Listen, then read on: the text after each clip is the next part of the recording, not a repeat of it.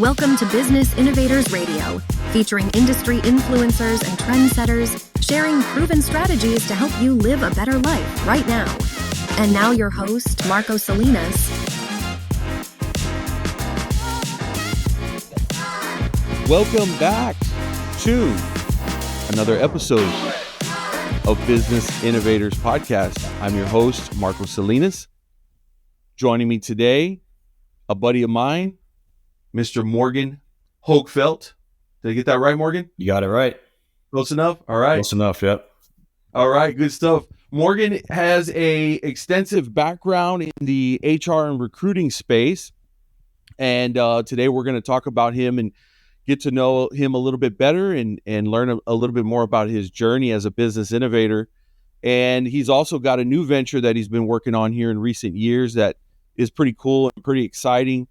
And so we're going to talk a little bit about that as well. But overall, Morgan's a cool guy. He's got a cool story. And this is our opportunity to get to know him a little bit better. And as usual, we love to learn about business owners and we love to hear their stories and we love to learn about entrepreneurs and everything they've been through, because every entrepreneur has a different story.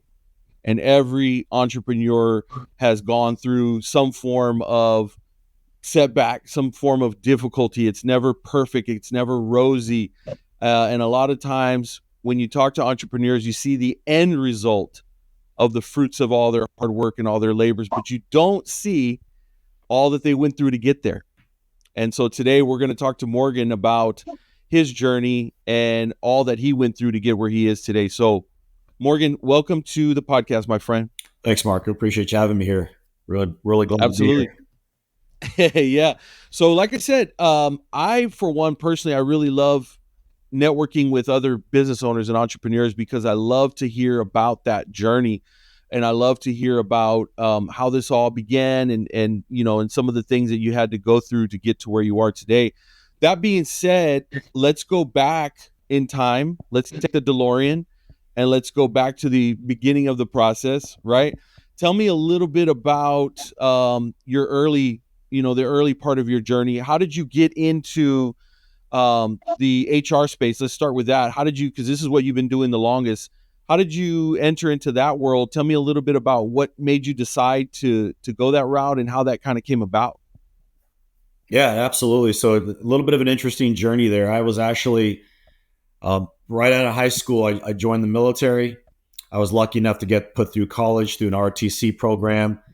I ended up, being active duty in the military, and I got out and I had no clue what I wanted to do. And I always thought I wanted to be in some kind of finance. And so I joined this finance company down in Florida, and it really wasn't what I thought it was going to be. It's not what they kind of like told you at first in the interviews. It was really more just like a smile and dial job, and it just really wasn't for me. And so really the long story short, Marco, is I saw an ad in the newspaper one day. I don't know if most of your audience knows what newspapers are, but we used to read those back in the day. Right. Yeah. Kind of tells me how old I am. But I answered an ad in the newspaper. It was just a simple ad. It was about a company down in Sarasota, Florida, that was helping veterans transition from the military into corporate America, helping them find jobs. I had done it myself, and I was like, wow, I could do that. And so I called up, I spoke to a sales manager, and he invited me for an interview and hired me right on the spot. And so that was literally my start and what catapulted me into the quote unquote HR space. Now, the first job wasn't technically HR, but that's kind of like launched my taste of helping people find jobs, getting them prepared, kind of like quintessential, a little bit of recruiting. And so got into that space, did that for about a year, got a bigger job in recruiting. I did that for about 3 or 4 years here in San Antonio. And then, I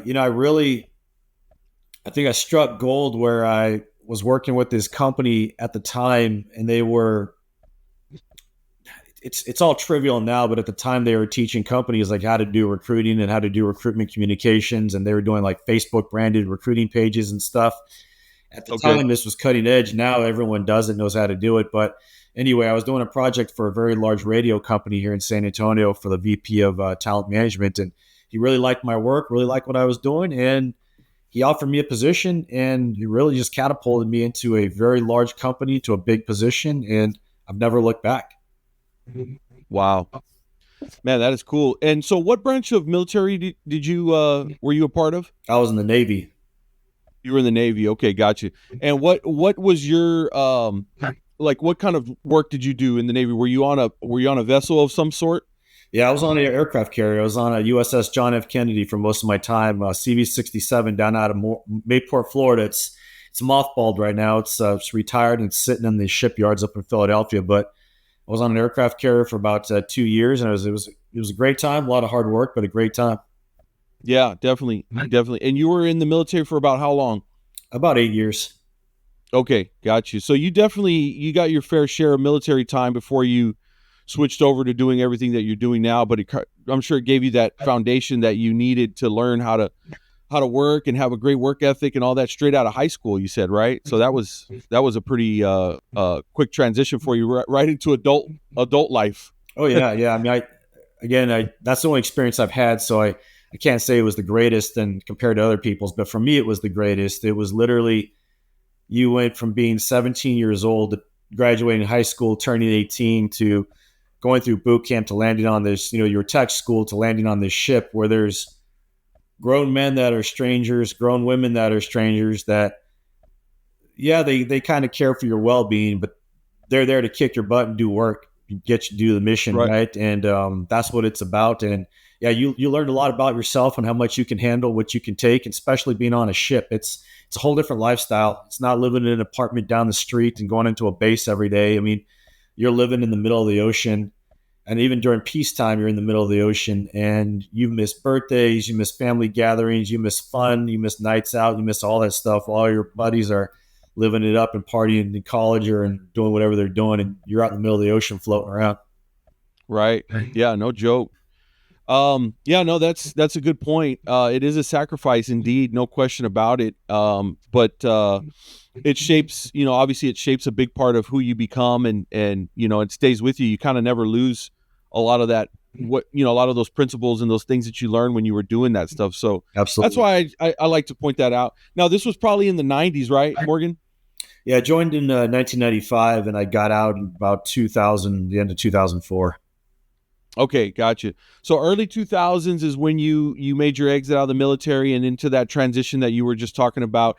And so then what year did you start your own entity doing this? I think I'm looking at your LinkedIn, Morgan Human Capital Management. Is that right? Right. Yep. So I started that in, never forget the date, November of 2013. Okay, gotcha. So then you had done it for a while. You were working at the radio station. You were doing things for other people. And then you basically made that decision that, hey, you know what? I know what I'm doing. I do it pretty well. Why don't I do this for myself? Is that kind of the mindset that you went through that process, that thought process? Kind of. I'm not afraid to say the story. Walk me through that. Yeah, not afraid to tell the story. I actually didn't make the decision for myself. It was made for me. Okay. Yeah, so I was working in that radio company, and I thought I was doing really well, and it was a great job. I really loved it. And they decided they didn't need me anymore. And it was October of 2013, and my wife was 9 3/4 months pregnant, or I'm sorry, 8 3/4 months pregnant, about to have the baby, and I got laid off, and I didn't know what else to do. And, it was tough to find a job right away. I was making, decent money at the time, and I didn't really want to relocate, leave San Antonio, leave Texas. And so I just did the quickest thing that I could to make money that's most legal. Yeah. And that was recruiting. And I started my own little business, and I think I made my first placement about a month later, around the Christmas time frame, and just kind of never looked back. And I've been doing some consulting and even had some gigs with some companies in between them that just either they ran into me or they've, liked what I've done in my work. And so, but I've always had my business going, and always just, continued from that first day. Yeah, no, that's awesome. So it was one of those back against the wall scenarios, right? And you just had to make a quick decision and act swiftly, right? Yeah, absolutely. And dive in head first is what it sounds like you really did. Now, once you got that first transaction there around Christmas time, did it just kind of start snowballing really quickly, or did it still kind of take a little while before it got some real traction? Tell me about, that first year. I like to emphasize when somebody starts a new business, a lot of them don't realize what they're getting their hands into, right? Like the first year, the first 2 years sometimes can be absolutely brutal. Talk to me about that first year. What was that like? Was it all perfect and smooth, or did you have some pretty heavy duty obstacles to overcome? No, I wish it was smooth. It was not. It was tough. It still is tough. Every single day. It's never easy. But I think when you start off, it's tougher because I think people sometimes in these entities like the SBA and these different programs, they make it sound like, hey, this is what you need to do to start a business and get your business plan and just go out and do it. And I think, right. Fact of matter is you can have like the greatest website in the world. You can have, a budget for marketing and all this other stuff. But the reality is like 99.99% of times, like no one's just going to come to you, right? Like you got to go out and talk to people and you got to go find the business. And so, yeah, it's tough. And, you wish you're the only person out there, but there's a lot of competition as well. And so it was tough. It took me a little bit to get going. I think another 3 or 4 months. There's I think you fight through the self-doubt. You fight through is this what I really want to do? You fight through the times where you're not eating as good as you were when you maybe had a corporate job and you had the paycheck just coming in. Yeah. That's right. You see all those things. I mean, I think it's just human nature. You see your buddies or your families on vacation. You're like, oh, I used to go with them. Now I can't. And so right. I think there's a lot of sacrifices to be made and things like that. And then just your own family situation, as well. But I think, it just boils down to what you want at the end and what's important to you. And sometimes there's sacrifices to be made. And sometimes that there's always, in my opinion, there's always a light at the end of the tunnel. Sometimes it's just hard to get to. Sometimes it's blurry. Sometimes it may be very dim and you can't see it. But there's always a light. You just got to find out what that light looks like to you and just get yourself there. That's right. No, you said it perfectly. And also, there's no reward without the risk, right? And so if you want to have that reward, you're going to have to take some type of a risk. And let's be honest, I mean, if you've got a nice little comfy government job or corporate job, you're probably making a comfortable salary. You can do pretty well for yourself, but you're never going to earn the type of revenue opportunities that somebody that's self-employed and taking big risks has the potential to make, right? It's just a different ball game. It is a totally different ball game. The funny thing is, like, I've heard along the way, like people sometimes will either talk to me or people that I know that worked in the same companies that are still there or maybe not there. And they always tell me, they're like, well, I couldn't do what you do. I need stability.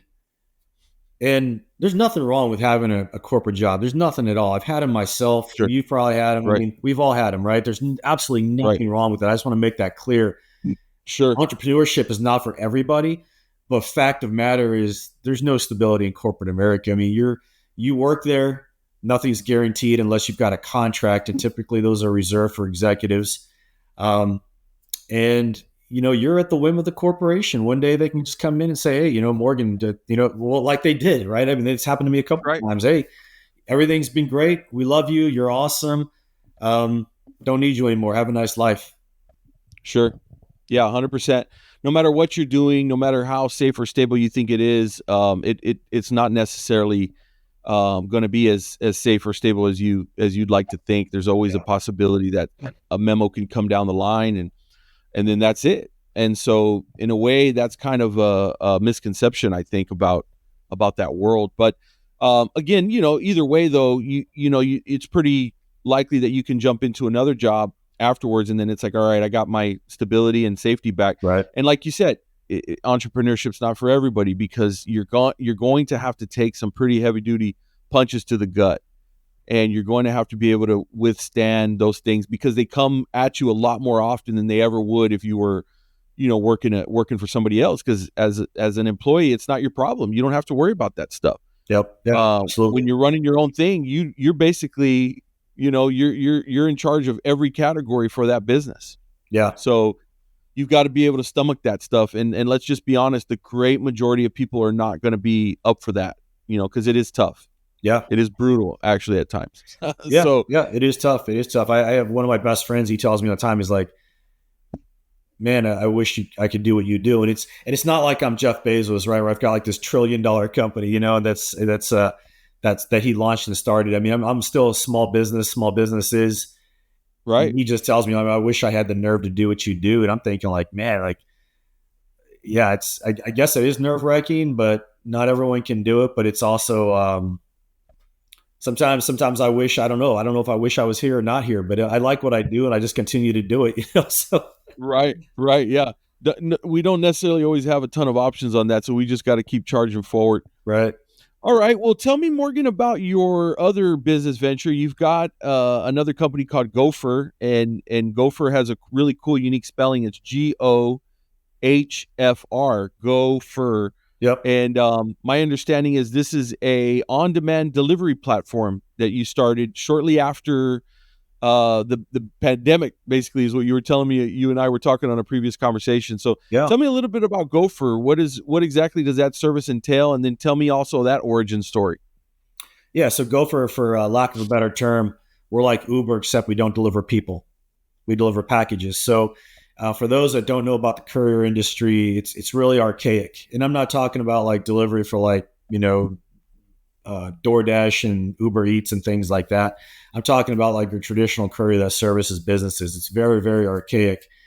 And so I just had an idea back in 2015 of creating this platform for businesses where they can utilize smart technology on their smart devices and be able to just put in orders and, have this network of drivers that be able to, be available to, pick up their items versus like this old traditional archaic courier model.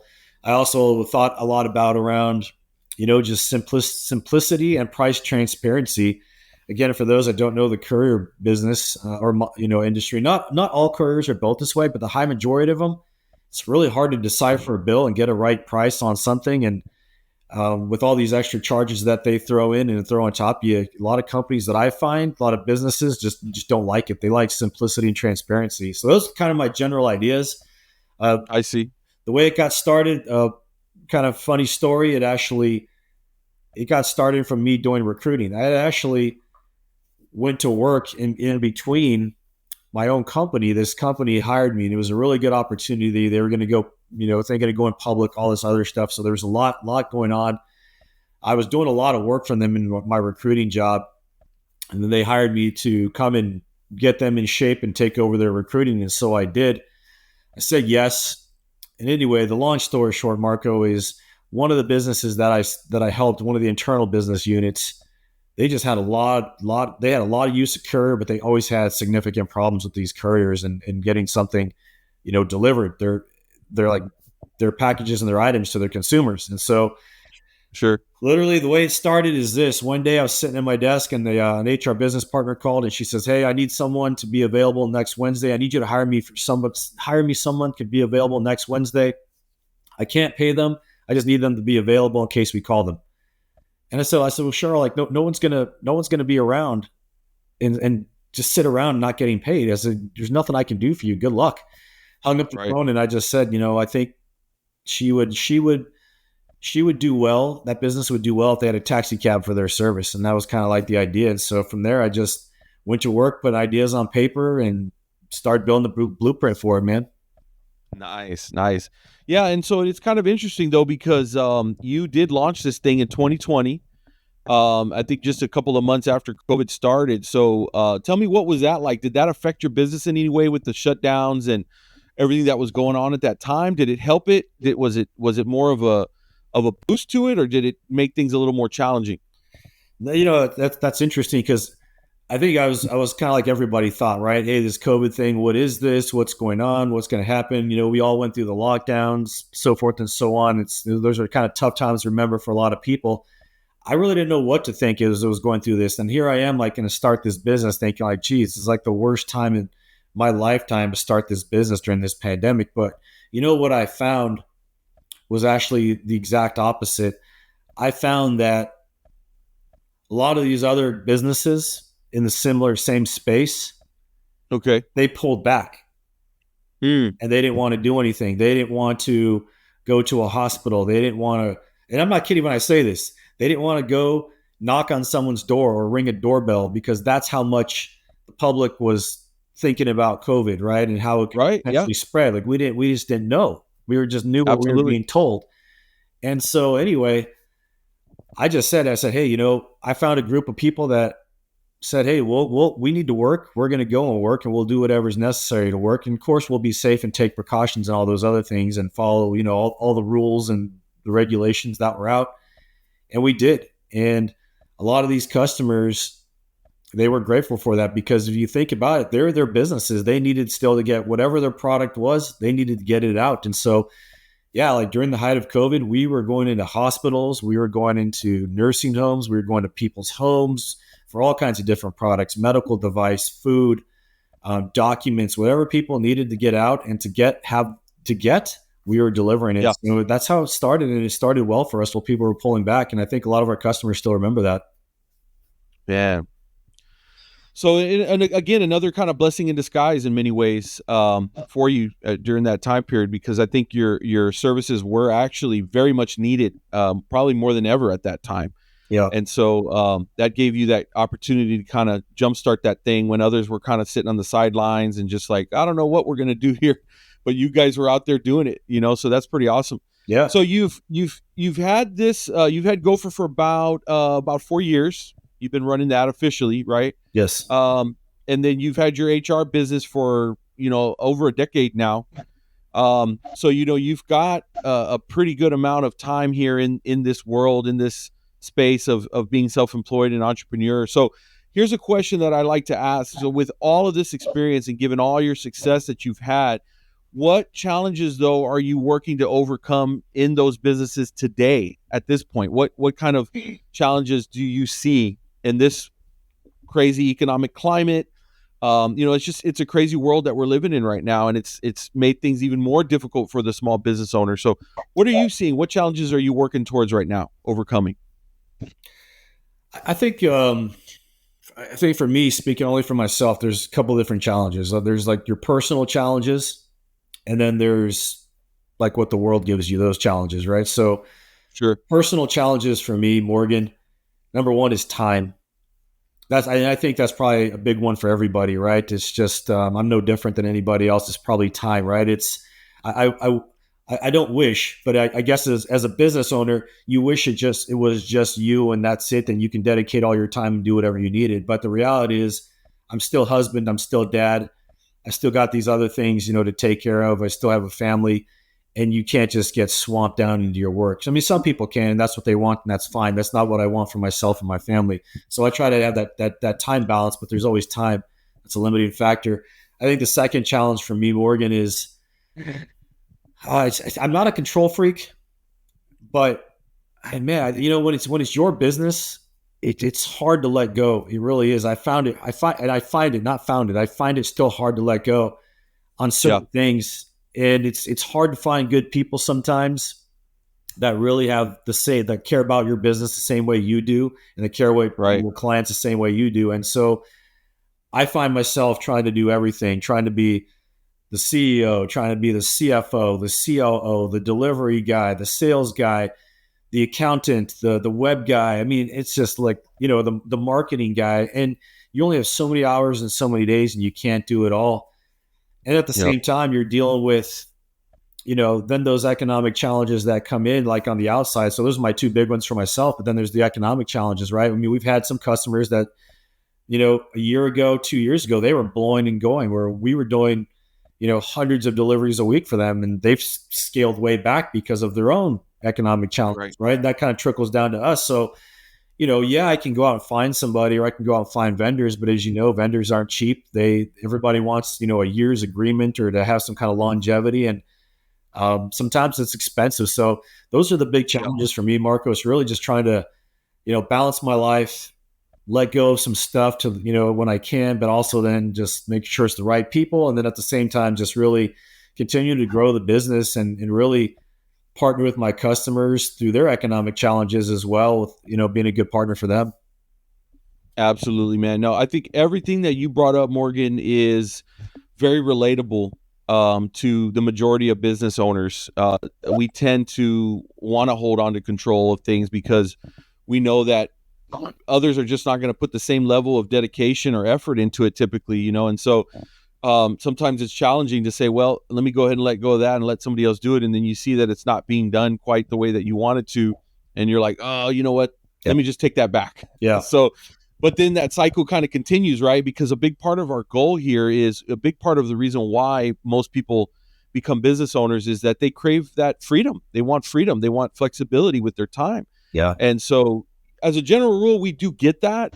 We are given that as a big gift as far as all this that we go through and everything that we're doing. If we need to stop and we need to spend time with the kids, or we need to go check out one of their events or what have you, usually you can make that happen, right? But the key is to be able to get to a point where maybe you can actually step away for longer periods of time and then be able to walk back, and then the machine is still running.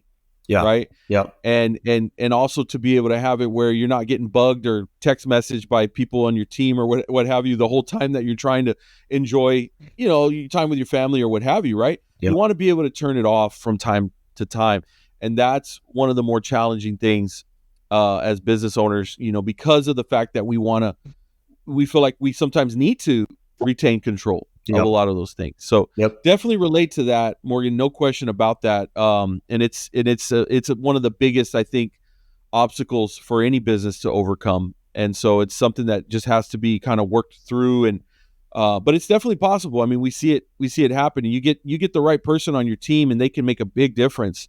And those people, hard as they may be to come across, they're out there. Oh yeah. And so absolutely, no question about that.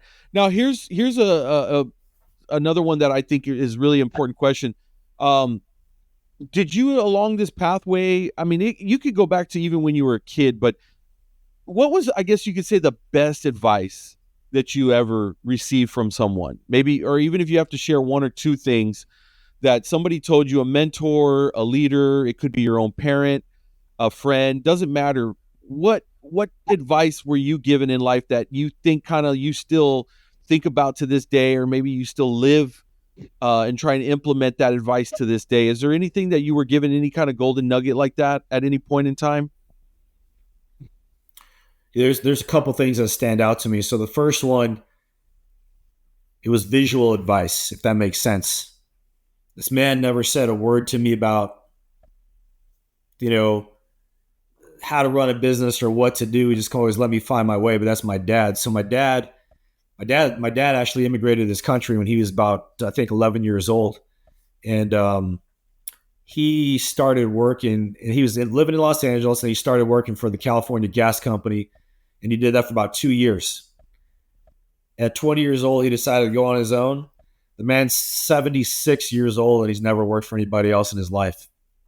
Nice. Never. Yeah. He never sat there and talked to me about entrepreneurship. He just wasn't, he's a great father. He still is. But that just, it's just nothing that he just always preached. Hey, go get a college education, go do something, different than I do. So you don't have to work as hard as he does every single day. Right. So he was in the construction business, and man, it was a great life for him. He always took care of us financially and everything we needed. Right. But, the visual advice that he gave me, just, I think back on it, I'm like, man, this man never worked for a person in his entire life after starting at 20 years old. And wow. he's always hustled the streets. He's always did whatever he's needed to do to get jobs. I mean, one example is when I moved to Texas in 2006, and my dad moved out with us, and he left his whole business behind and the area that he knew and all this other stuff. And I was just like, well, what's he going to do? This is kind of odd for him. And I'll tell you what, within a week he was ready. I'd go outside. He's working on the neighbor's house. And then it was the next neighbor's house. Then it was the next neighbor's house. And now I wake up every single day for the last 20 years, and his truck's at different houses in all the different neighborhoods. I got you. Man. That visual advice just tells me, hey, you got to go out and talk to people. You got to introduce yourself. And that's what my dad is. He just goes out. He's approachable. He has conversations. He's nice and he's friendly. And people trust him. And, they trust him a little bit different than me just selling them something. They trust him to come into their homes. They trust him to fix things in their homes. They can have kids in there. They can have their personal items, all that stuff. And so, He does all that stuff, and to me, just visually seeing it and thinking about it was always it's just mind blowing to me, because he's not a millionaire, he's not an Amazon or something like that. He's comfortable at what he's always done, but to me, he's just always done it really well and just survived anywhere and worked hard. So those are the things I visually took away from him. You just got to put in the effort. You got to go out and talk to people, and you got to be my dad with that little red truck everywhere in the neighborhood, and the word just spreads, right? Sure. And the second piece of advice,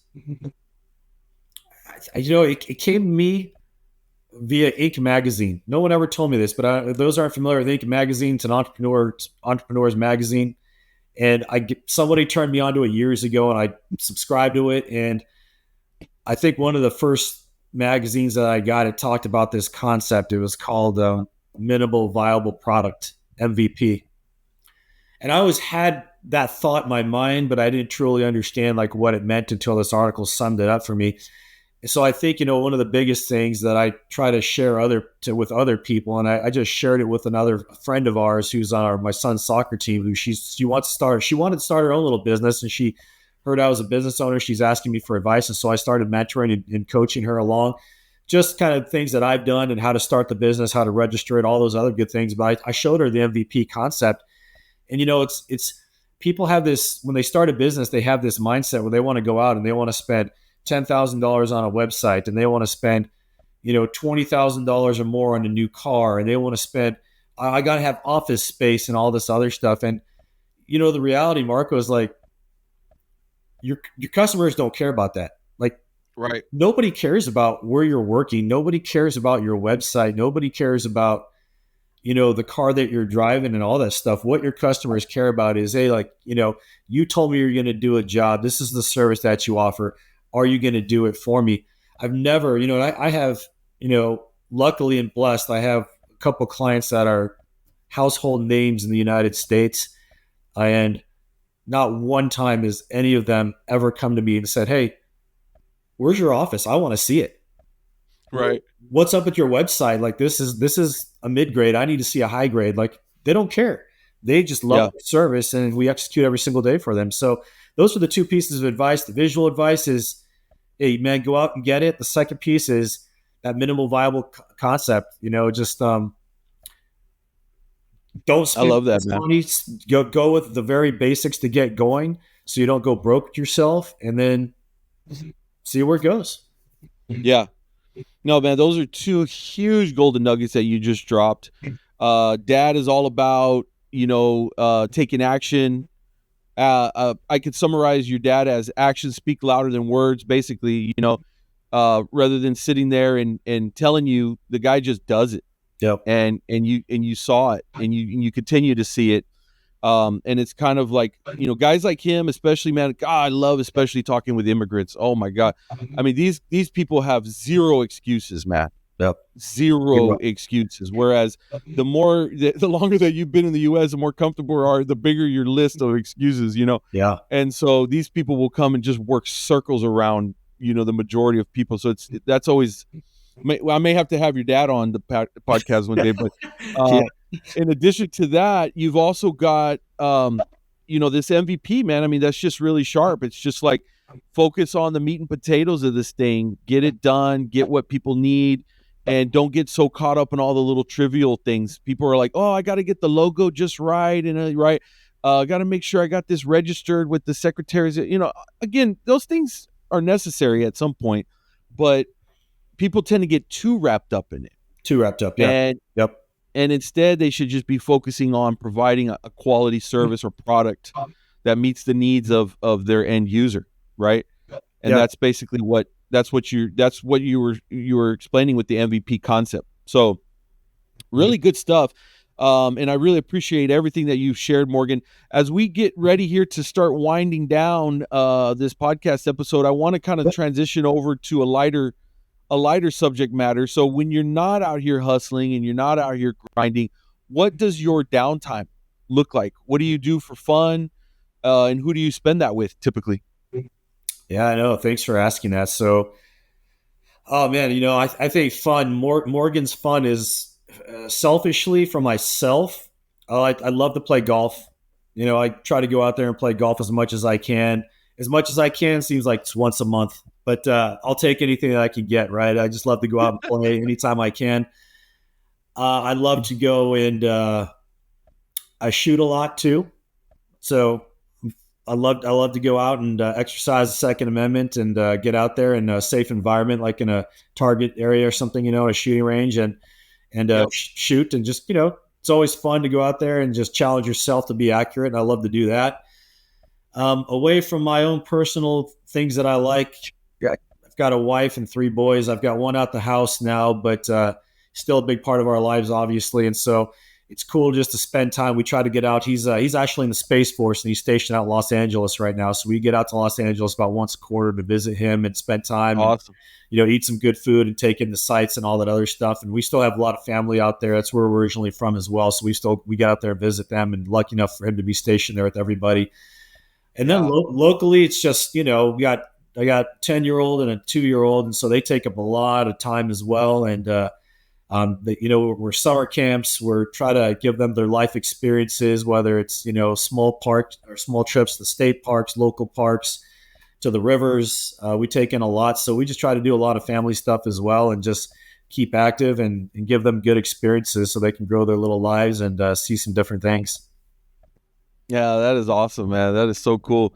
Morgan, it's been great getting to know you better. You've got a really amazing story, man. Really impressive. Both of these companies that you're running.